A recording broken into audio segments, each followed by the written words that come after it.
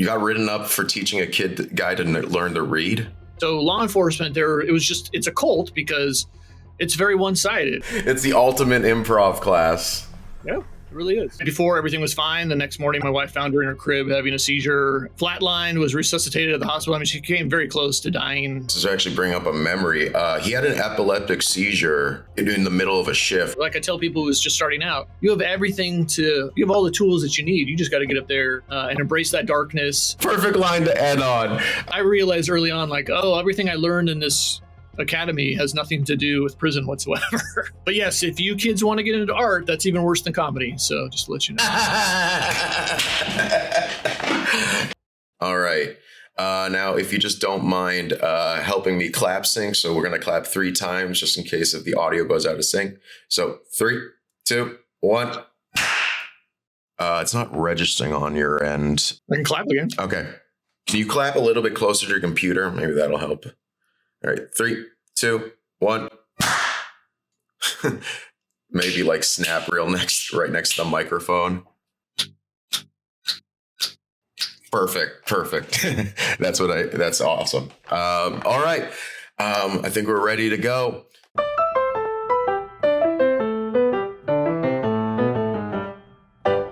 Hello, everyone, and welcome back to another episode of Off the Mark. I'm here joined this week by my friend Mike Knox. Mike Knox is a fellow comedian. We met a couple of years ago at the Comedy Chateau Comedy Festival, and he reached out to me asking if he could come on the pod, and I thought it'd be a great idea. I was looking into him, and he has a lot of interesting experiences, and I would love to talk about it. So, Mike, why don't you give us a quick introduction to our viewers? Who are you? What are you? What do you do? Sure. I'm Mike Knox, currently a stand-up comedian. I'm a retired prison guard and parole agent from Los Angeles. I did that for about 23 years. I'm married and live in Los Angeles. And I have a daughter who has epilepsy.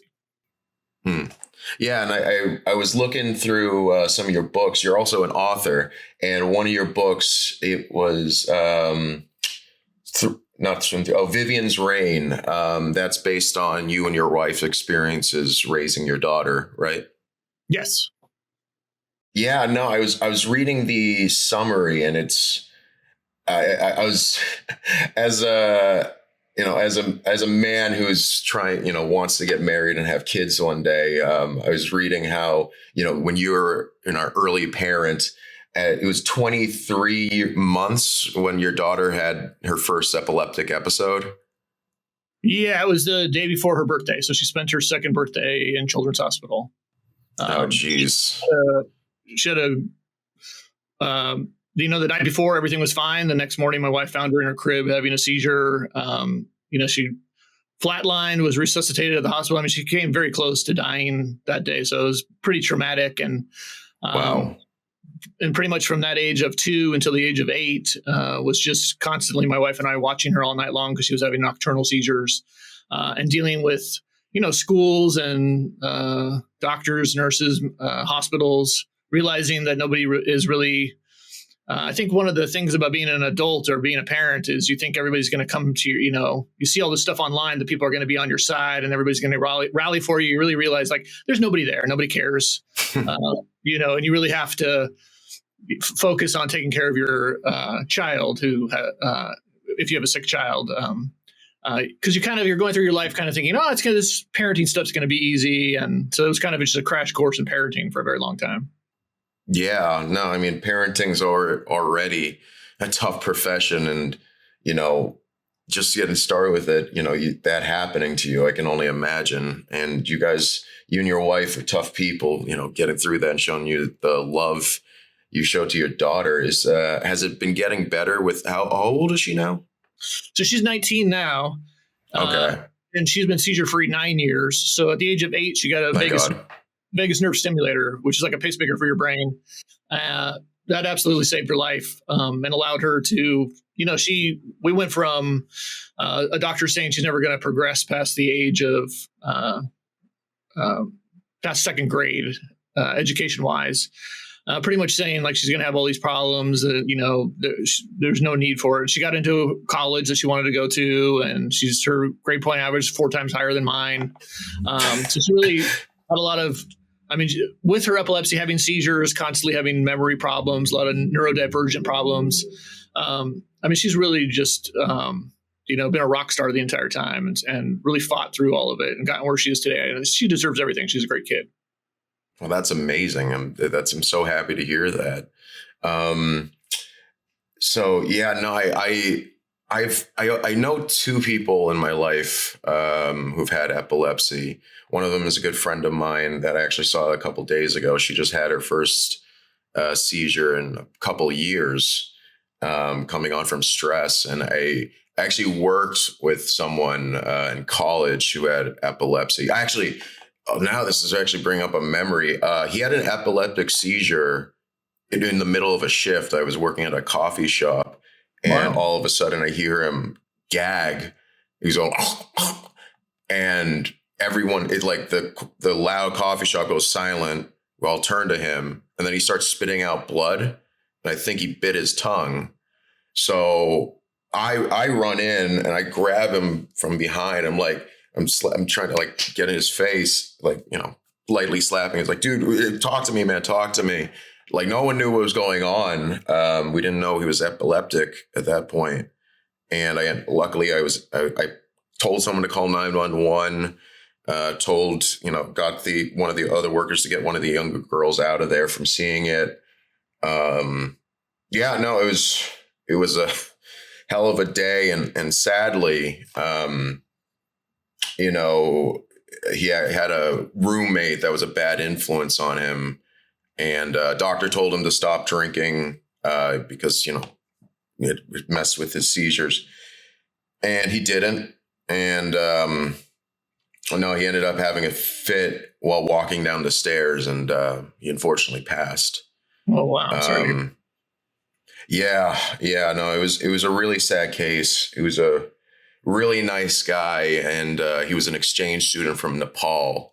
So according to their traditions, you get cremated after you die. So his parents weren't even able to say goodbye to him in person, and it was a really tragic story. My coworker gave me a ride home. She was this white girl from the local area, and she loved the guy. He asked her, why don't you become my sister? Because he had no family over here. So, you living with, having a daughter with that condition, it's a world that I only know a little bit about from, those 2 experiences, but I applaud you for, showing the love you and your wife did to your daughter, and also making something beautiful about it. Writing this book. How long did it take you to write this, Vivian's Reign? It took me a couple of years, and also working with the publisher, where the publisher had taken a bunch of stuff out, and I wanted to put a bunch of stuff in, and then also dealing with the makers of her vagus nerve stimulator that don't really want you to talk about it for medical reasons. Mm-hmm. So that you're kind of running into a lot of roadblocks when you're talking anything that has to do with, your children or medical procedures.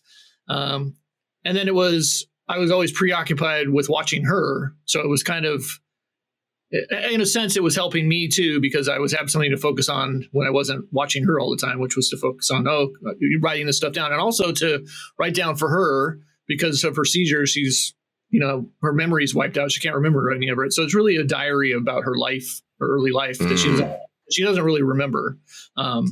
So it took a couple years, and I just went slow to do it, piecing stuff together. And, now when people read it, they're like, well, it's been so many years. It's already been a decade. I want to hear more about what she's been doing. So now I guess I got to write some more to it, because it's more, that book is more of her early ages of 2 to 8. Mm-hmm.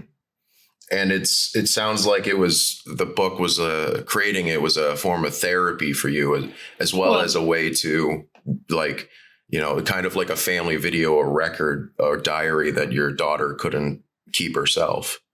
Yeah, and in return, that's what she likes to do. She's already written a book, and she wants to major in creative writing, and so it was a good path for her to be on.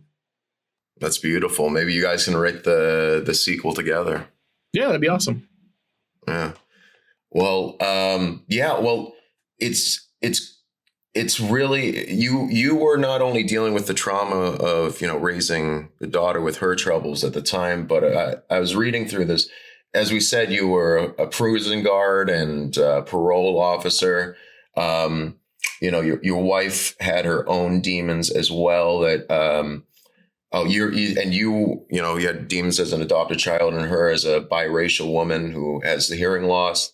You guys had a lot going on during that whole time. I guess my question is, how did you guys stay centered and keep together through all of that?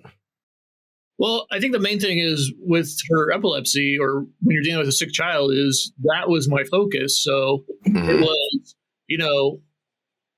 me literally watching her all night long and then sleeping. My wife and I are taking turn shifts of sleeping, and so she still had to go to, she still had to go to school, and I still wanted her to go to school and do all these things. But you're like getting her ready for school. She has a seizure. You're walking into the school. You're having a seizure. Then everybody's asking, well, what's going on? You can't take your daughter out of the class. Well, I am. So there was a lot of arguing with the schools, and so it really was me focusing on day by day. Let's just have a good day. Today's a good day. Today's a bad day. And let's try to find a cure for this, or try to find something that's going to, take away the pain of my daughter. And so in that way, it really was better. And it was better that kind of everybody kind of stops talking to you. So because people are going along with their lives. And it's not to say that like that I'm upset with them. It's just that people kind of disappear because they don't know how to respond to your child having epilepsy. Because, everybody's posting about these wonderful lives that they're having, and I wasn't having a wonderful time. Right. My family wasn't. And so you just kind of tune out the world, and you're focusing, at being at home and just, happy. And that's all it is. I'm happy in my life because every day that my daughter is alive, that's all I care about. And I didn't really care about anything else. And I talk to other people, and they're like that, that's a horrible way to live your life, and that was the only way that I could survive, and that was the only way that I could live my life, or think that was the right way to live my life. Was just focusing on my child. Yeah, so it sounds like just taking it day by day and living in the present moment, and focusing on service of helping another person that you love got you through it. As you were talking, it just brought up to mind how I'm pretty involved in like 12-step programs like AA. And one of the things that's recommended when you're going through a turbulent time in your life, trying not to go back out, instead of going back out and drinking or using drugs, is to throw yourself into helping another person, and it takes you out of yourself. It doesn't mean that your problems are not important, but it just that distraction and that spiritual gratification of just loving someone else gets you through whatever you're going through, whether it's death in the family or whatever's happening. But you want to say something? I was just going to say it's true, because you have something to focus on. And as I get older, I just see so many people that, especially when you retire, there's so many people that didn't prepare to retire. And then they're kind of shocked. And especially in my line of work, you see a high rate of suicide because people don't know how to deal with it. And so I think when you're focusing, same thing with kind of the empty nester syndrome, is you've been taking care of your kids for so long. And then when they're now that they're adults, because I still have to remind myself, my daughter's now 19, is that you're kind of like at a loss now because you don't know what to do. And so with comedy and with writing, that's what I always look at. Thank goodness I have that. And that's kind of like my golf is still kind of the thing that you can still do. It is kind of more of of a sport, but it's something you can do at any age. And that's what I think is great about it. Yeah. And God knows it takes up a lot of time, and, you're always perfecting that craft. There's no such thing as too much stage time. How long have you been doing comedy for now? I've been doing it on and off. I was doing it when my daughter got sick. quite a bit, and I couldn't do it anymore. And especially with, I had one of my favorite big shows was at the Ice House, and I come home to my wife crying because the neurologist is telling her that my daughter, we got her MRA, I think, back, and that your daughter, half her brain's been formed. She's never going to be, a normal kid. My wife's crying. She's like, "Why weren't you here?" Because I'm at a comedy show. So I just had to stop doing comedy once my daughter started to get better, which was, and then once I could retire, because I had to work the entire, working, that work stuff gets in the way of comedy a lot also. Yeah. So once I was retired, and my daughter, and now that I know she's in a good place and she's an adult. So now I can kind of get back into it. So it's been about 3 years of me really focusing on it and getting out, forcing myself to get out there and do it more than ever than I have before, and really writing. And a lot of, as a lot of comedy, it's going out and watching comedy. It's, Right. going to places that you would have never gone before. And that was always the thing for me, which was hard. I have a lot of horrible anxiety. So forcing myself to get out there is another part of, my comedy journey. Yeah, and it's great for that. One of the reasons why I tell everyone whether or not they want to become a comedian as like a real career path, I tell them that everyone should do comedy once, because it teaches you great public speaking skills, how to get in front of an audience and how to maintain the attention of an audience and get over, those nerves. So you said you mentioned the Ice House. So that was back when they had a regular mic, or were you doing regular shows there? Like, would you call that your home club? I liked the Ice House the most. So it was, but I was also going there. I was at the Comedy Store. So that was about 2008. And I was just doing regular shows there. And the great thing now about comedy is at that time, there wasn't Instagram, so you couldn't slot what I love now is I can go at any time, because I love going later. I love like 10 o'clock or later because I know my family's fine. They're asleep. I can go out and do some comedy. But kind of that stuff didn't exist. And prior to that, when I was starting to do, the first time that I did comedy was in Santa Barbara, there was no open mics at all. So now everything, like I tell people who's just starting out, you have you have all the tools that you need. You just got to get up there and embrace that darkness and, get some stage time anytime, anywhere that you can. And I just see a lot of people that don't want to do that. Yeah, no, I didn't think of it. That's a good point you make, because usually when people talk about the scene that they've been in it for a minute, I've only been doing it for 4 years. I've only lived here, not even for 5. But it's usually talking about like LA used to be so much better. The vibe was better. Open mics used to be free. Everything wasn't just if you could go viral on social media, but now, yeah, like just having slotted. So for listeners who don't know what that is, basically it's a website where you can like sign up in advance for an open mic or really anything at a further time. It's basically a reservation service. And a lot of comedy clubs, open mics use that. And some of these clubs, they go on for like 12 hours a day, 8 hours a day, and you can drop in whenever you want. So yeah, the bar really has, like, the gates have really come down, and it's easier to get stage time more than ever. At least from what I've gathered. And stuff that I see is, I'll do shows and there'll be, people who are influencers, and those are the people afterwards, or they've gotten a crowd from the influencing. It doesn't mean that they're better comics or anything like that, but just that's changed. You can put all that material out yourself, which I could never do before. And that's what I think is great about it. You can create your own brand if you want to, start posting stuff up there. Yeah. I mean, before I heard it was, you had to get discovered, like you had to get movie credits, commercial credits, TV credits. Now it's all social media. Like in the stand-up scene, the main thing is, well, it probably has always been, is if you can put asses in seats. And, people bitch and moan about some of these influencers, not being real comics. But for me, one of the things I really like, I didn't get into comedy for a long time. Like my background was, was I really wanted to get into like dramas when I was in film school, like, you know, the HBO, Martin Scorsese, like quality television type stuff. And I stay away from comedy because it's a very subjective art form. You know, one person's favorite comic could be another person's trash, you know? But it goes. So when I determine whether a comic's good or not, for me, it's one, how long have they been doing it? And two, can they make a career out of it?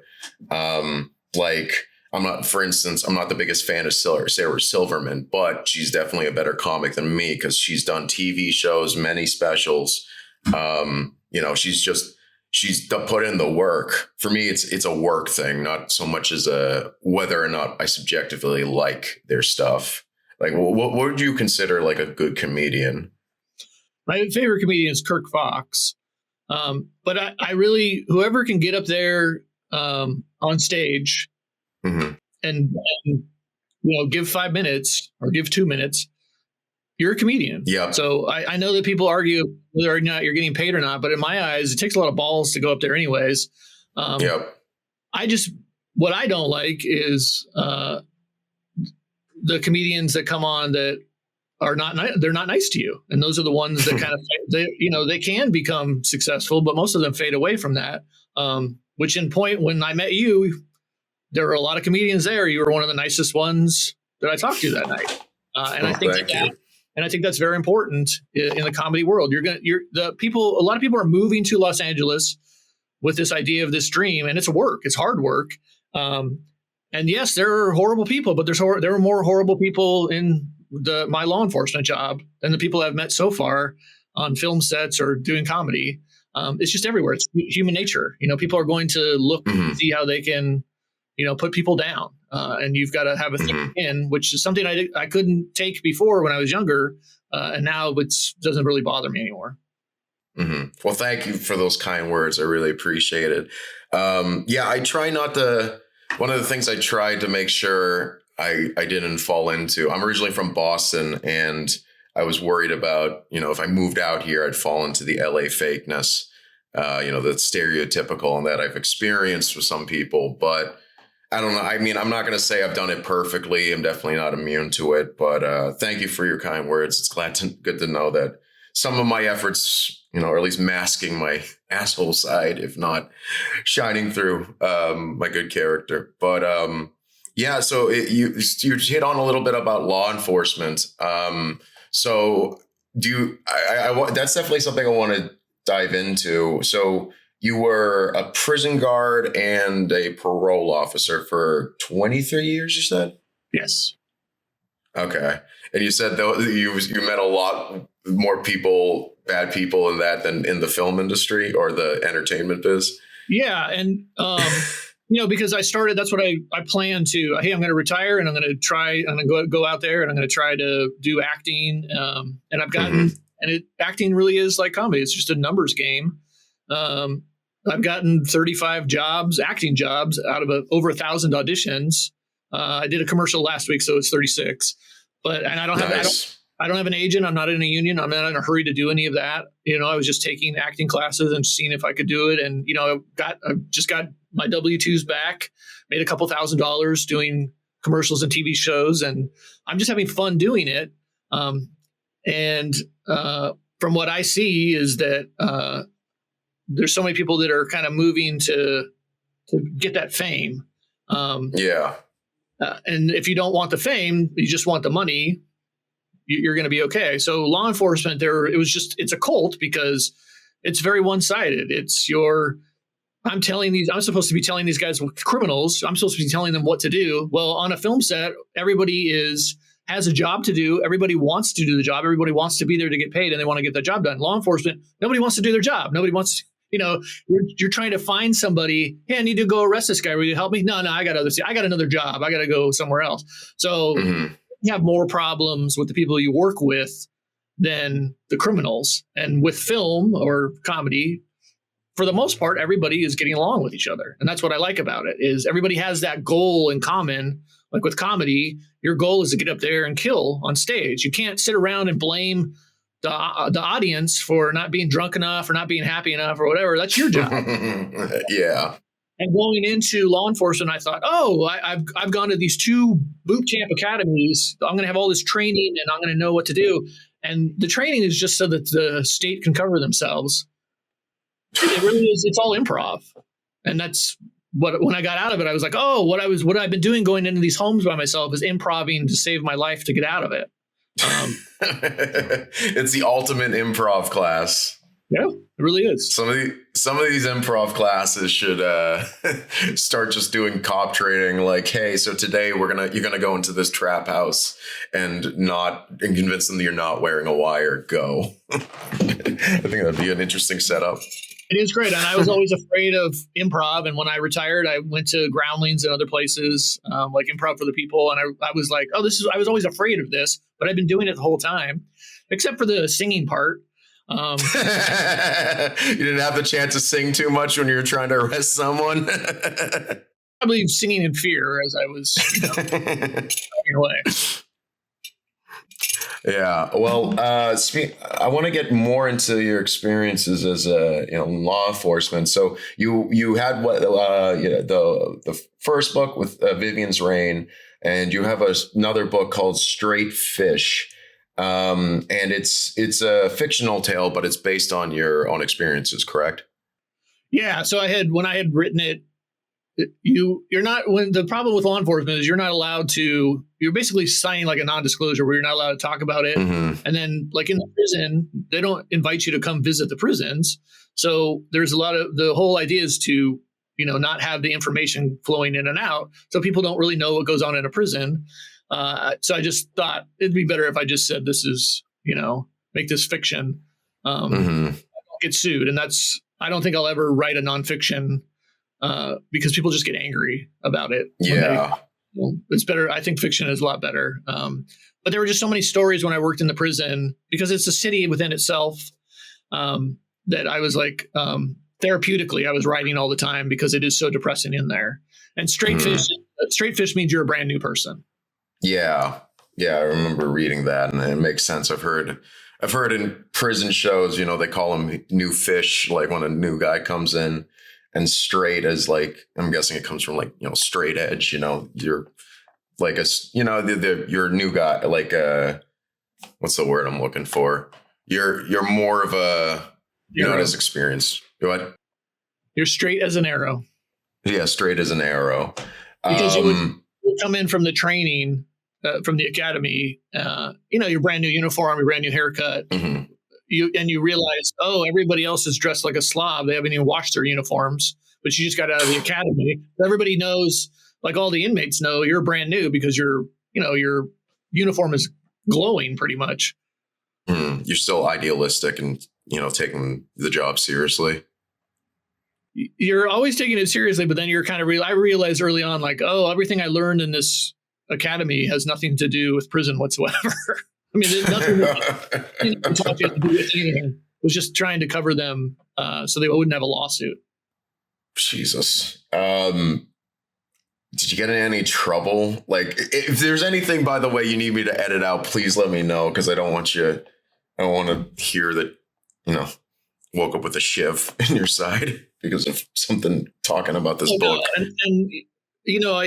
I always looked at it like, you just to be firm, fair, and consistent. One of the things that I learned early on was you could talk to they're human beings. You could talk to them. You just had more problems with the people you worked with because you couldn't talk to them because they're supposedly the good guys and the inmates are the bad guys.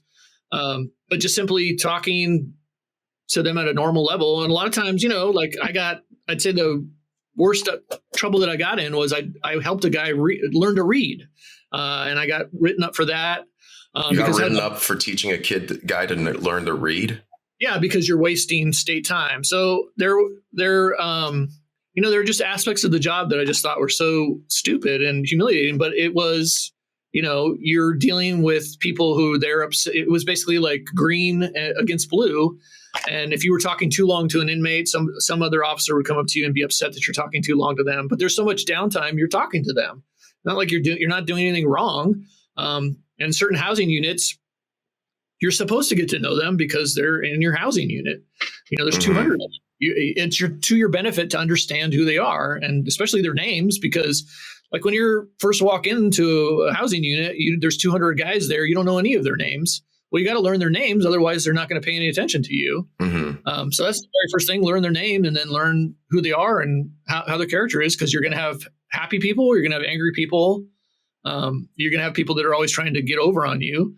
But that's the key in prison is just gaining information, knowing information and knowing how the prison works. And thus, that's why when the new guy comes in, he thinks he's supposed to, go search everybody and be mean to everybody. And that's not the case. I really learned you can just be civil and they'll be civil back. Catch more flies with honey than vinegar. Yeah, for the most part. I mean, it's prison. There's violence going on all the time. It's one of the, they tried to end segregation in the prison and the inmates weren't having it. I kind of always laugh about that. Shit. It's segregated by race because of the inmates. That's how the inmates are in their way surviving.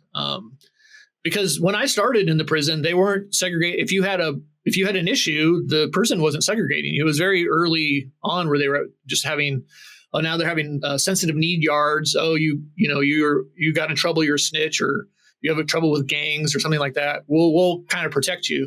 But there really is no, there's really no protection when you're in prison. You're really exposed when you're an inmate. And I really did.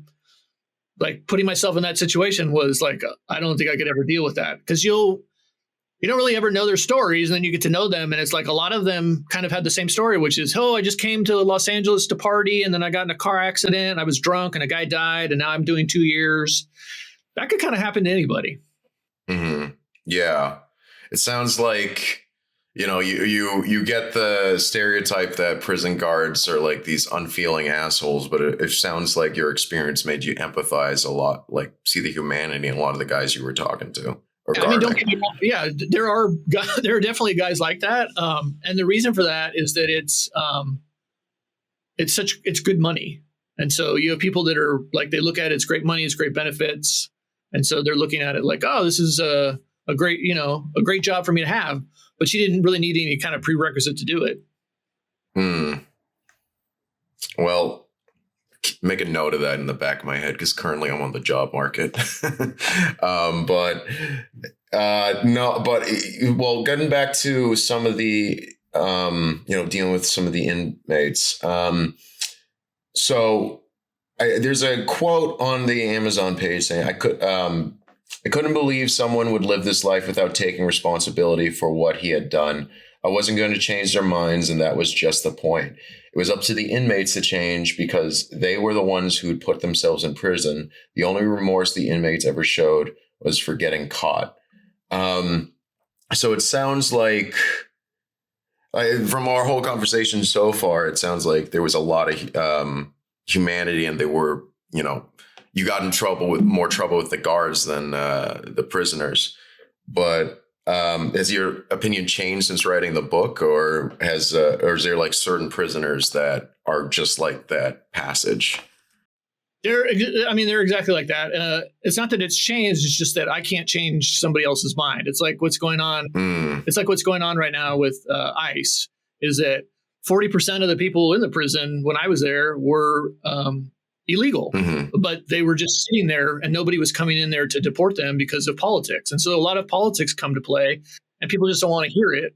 Or I had, illegals on my caseload where the jail wouldn't take them. There was no, ICE wouldn't take them at the time. And now ICE is kind of just playing catch up. I mean, of 4 years where they were hands off, and now you've trained these guys to go put hands on people that are criminals. They've had active warrants out for them. They've committed heinous crimes. But you just can't convince people. And so kind of working in the prison where it is accountability for what you did, but a lot of people aren't ever going to take accountability. I think that goes into people, there's plenty of narcissistic people that never commit crimes, but you're never going to convince them that they're narcissists and you're never going to get them to apologize for what they did. So it's kind of the third option of life is just like, it is what it is. There's nothing, it's not, I think you kind of go into it, that person committed a crime and they should be punished. But then certain crimes, because you're kind of throwing everybody in together, there were serial killers in there with somebody that had been in there for larceny, for walking off basically going into somebody's garage and taking something, or burglarizing a car or something like that. And you're kind of thinking, when does the punishment fit the crime? And that's kind of the gray area of law. And then as I was working in the field in parole, going in and out of court a lot, you just realize like the justice system is so bizarre. It's not even two-sided. It's like the octopus multiple, and it just never amazes you like at how bizarre society is and human beings are to each other. We could treat each other a lot better, and we just don't for some reason. Mm-hmm. Do you think I definitely want to, get back into comedy stuff, but, as your experience from the inside working in law enforcement, what reforms do you think would improve the system? I think you can fix the system very easily. Like, for example, I think one of the big problems is people don't know the difference between jail and prison, probation, parole. They kind of think that they're all working together. They think that everybody, everybody knows what everybody's doing, and they don't. They're all different departments. And so you could easily, when somebody gets committed to prison, look at their file and look exactly what happened, because a lot of them had horrible attorneys. There was, and very rarely could I read somebody's file unless they actually had the file with them. They had a copy. And so, for example, like I read a guy's file one time where he had gotten in a fight at Magic Mountain, and the two guys had attacked him because he was from a rival gang, and they threw him over like kind of an embankment, and there had been doing construction. So there was a nail that was on the ground. He picked up the nail and he used that as a weapon. So they got him with assault with a deadly weapon, attempted murder, all these kind of things where it's just like, but he was the one attacked. So you just see that they could do a better job at looking at the crime that they committed and what it is they committed, rather than just the title of it. And then looking at, which they never did in the prison, how did you get here?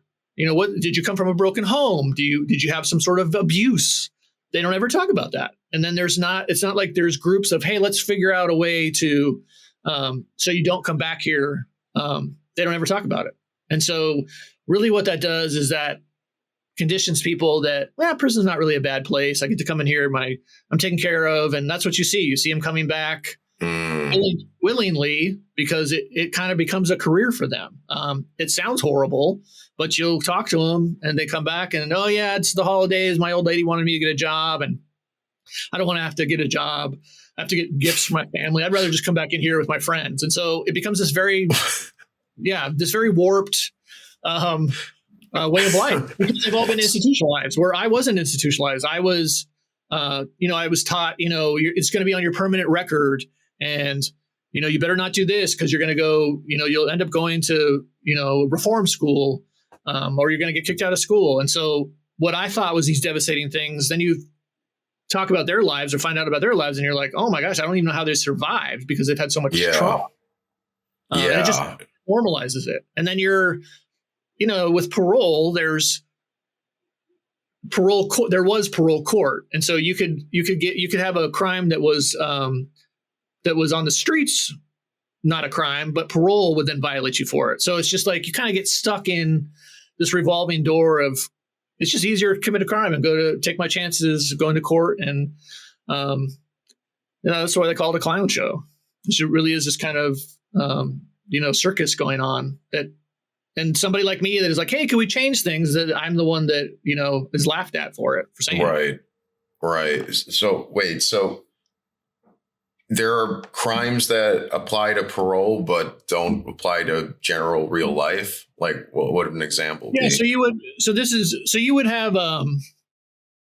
like the police departments, a lot of times they're not trained now that there's parole agents out there. So like I would get pulled over and the police they'd run the plates and they would think that my car was stolen. So they'd, draw down on me, and I'd take out my badge and show my ID and everything like that. And so the police are, they're doing their job, but they have no idea what these other places, departments are doing. So like when my parolee, when you're on parole, you don't have any rights. You're a parolee. But a lot of the police don't know that. And so when I started, they would call and say, hey, could you put a hold on this guy? And now I don't think the police departments are aware that you can do that. But if, say, my guy got arrested with a knife, that's like a year, because parole is an extension of prison. So they would give you another year back in prison. There's a lot of times you'd read the report. The guy would come the parolee would come into your office, and he'd had a knife on him, or he'd had drugs on him, and the cop just let him go. And you're reading this report. Now you got to go rearrest the guy because that's a parole violation. He's not allowed to be doing, not allowed to be doing drugs. He's not allowed to have weapons on him. You find like they're not supposed to have BB guns, but that was a big thing. They, wait, really? Yeah, because a lot of them they're out on parole, but they're not doing anything that they're supposed to be doing. 99% of them are not doing it. They're back on burglary crews and robbery crews. They're working together. They're committing crimes. They're still nice people, but they're out there committing crimes. They're selling drugs. And the city is, like my first day when I went out there, it was like I saw so much crime, but I had to focus on, okay, I'm not a cop. I'm a parole agent. I need to go see my parolees, not, I'm witnessing selling drugs, and you're witnessing prostitution going on, and kind of all this crime. But crime is everywhere. It's always going on. And just that was my job. It opened up my eyes to, those are all these crimes are going on where, if I'm driving down the street with my wife, she doesn't know that person is a criminal. She just thinks it's a guy riding her bike. Where I'm like, no, that's a guy who's selling drugs because he doesn't have a license, and he's on a grown man on a little kid's bike, or on a scooter now. So again, it was just a kind of a subculture of our culture. Right. And that was my job was basically, the idea of parole was that you're supposed to find them a job and find them a place to live, but those places didn't even exist. And because they were subletted out, or they were paid, the state might give them a little bit of money, but they were privatized. They weren't run by the state. And it would have been a lot easier if parole actually had designated places. So when these guys get out, they would have a place to live, but that wasn't the case. It was just kick them out of prison, and you go to your parole agent with your $200 and you go figure it out yourself. I always thought that was wrong, because you've taken everything away from somebody, put them in an institution, then release them and said, hey, go on out there and go find a job. Well, I don't have an ID. How am I supposed to get a job? I don't even have an ID. I don't have a driver. I got to go, and they got to start all over again and do all this other stuff again. Again, the odds were always stacked against them, which I always, if you had a guy that got out, and there's a guy that I still talk to that the day he got out, he started his own trucking company, and he was, who's going to be okay and who isn't. The guy that stumbles into a parole office at 5:00 on a Friday, he got out the day before, and then his very first question is it okay if I get high? They're not going to. I'm assuming the answer was no. Yes, the answer is no.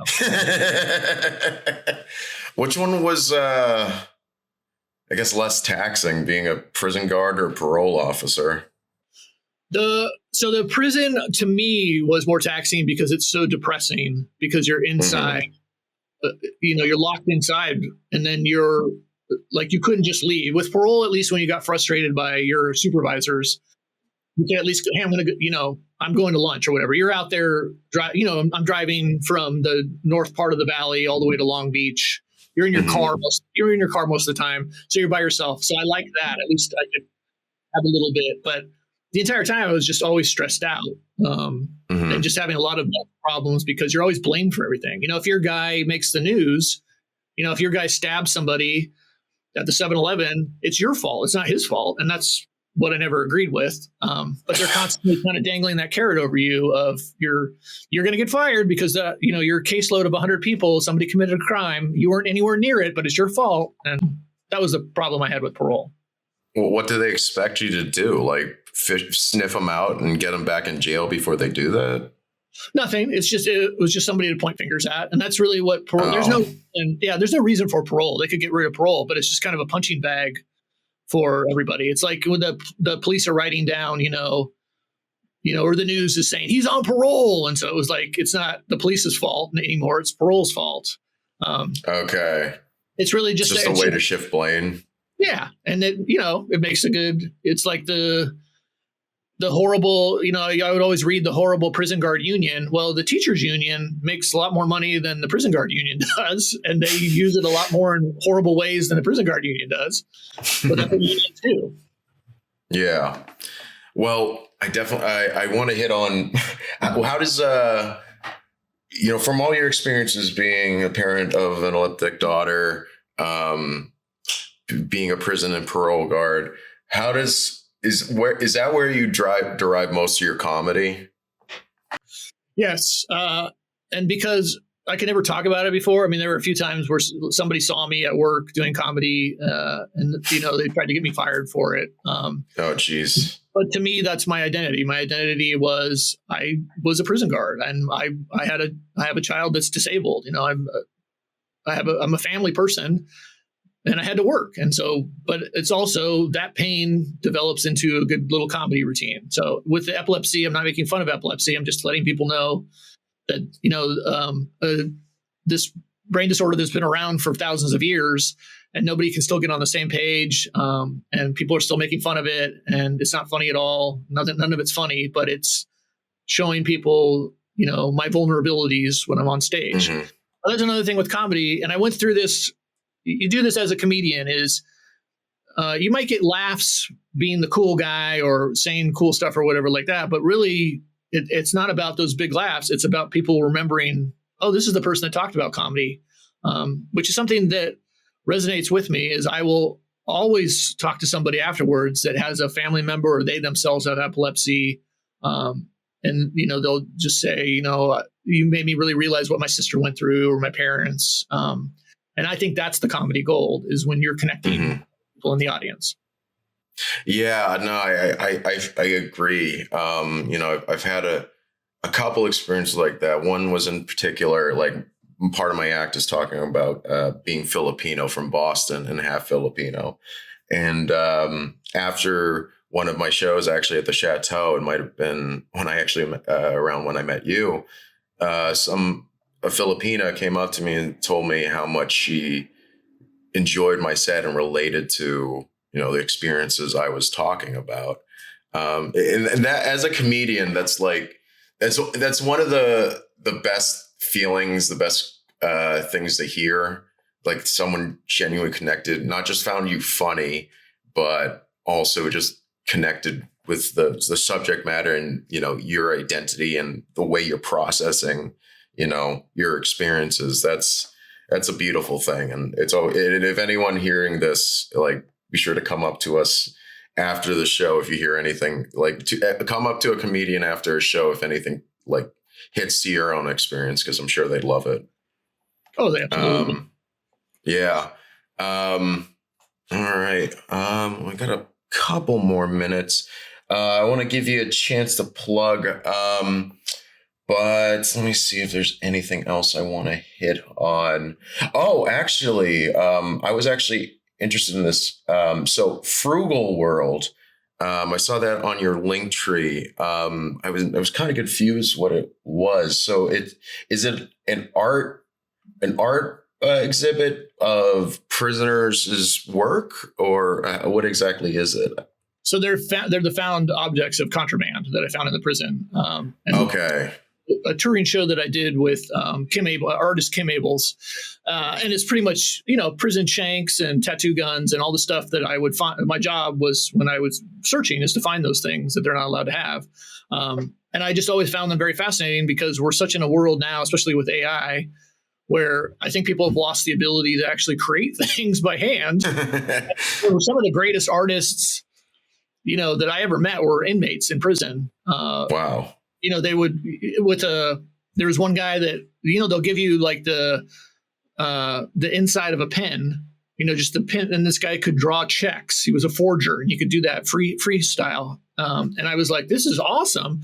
And I wasn't supposed to be collecting them, but you'd get in trouble for it. They didn't want you really, but to me, they're just like artifacts. If the prison was never there and somebody dug it up and they'd find all these great items. So that was one thing about working at that job that blew my mind, was just watching things that they'd make out of nothing.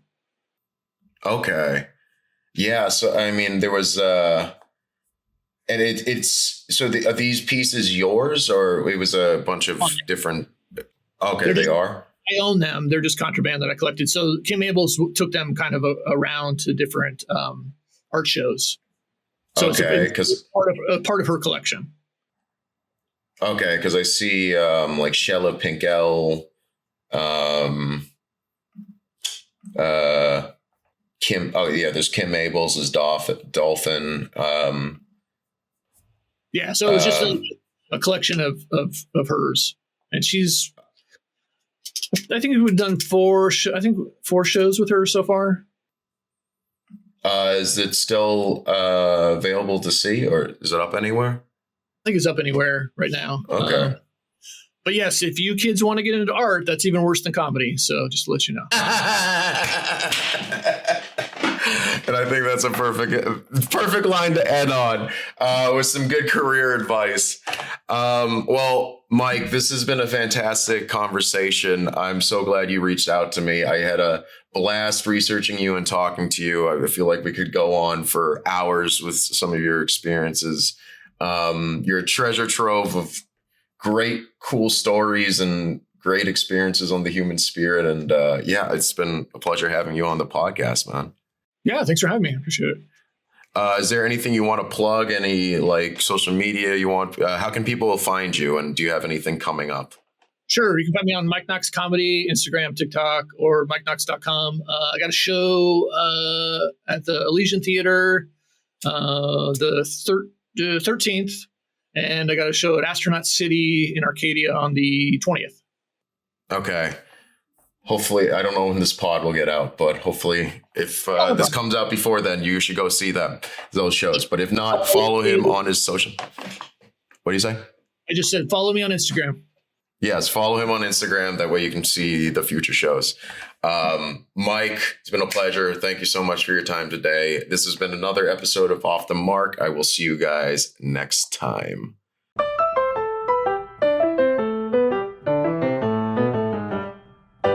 Thank you, everyone, for listening to this episode of Off the Mark. Please follow me on all my socials on Instagram, TikTok. The handle for my TikTok is Marc Tyrrell Comedy, all one word, MarcTyrrell Comedy.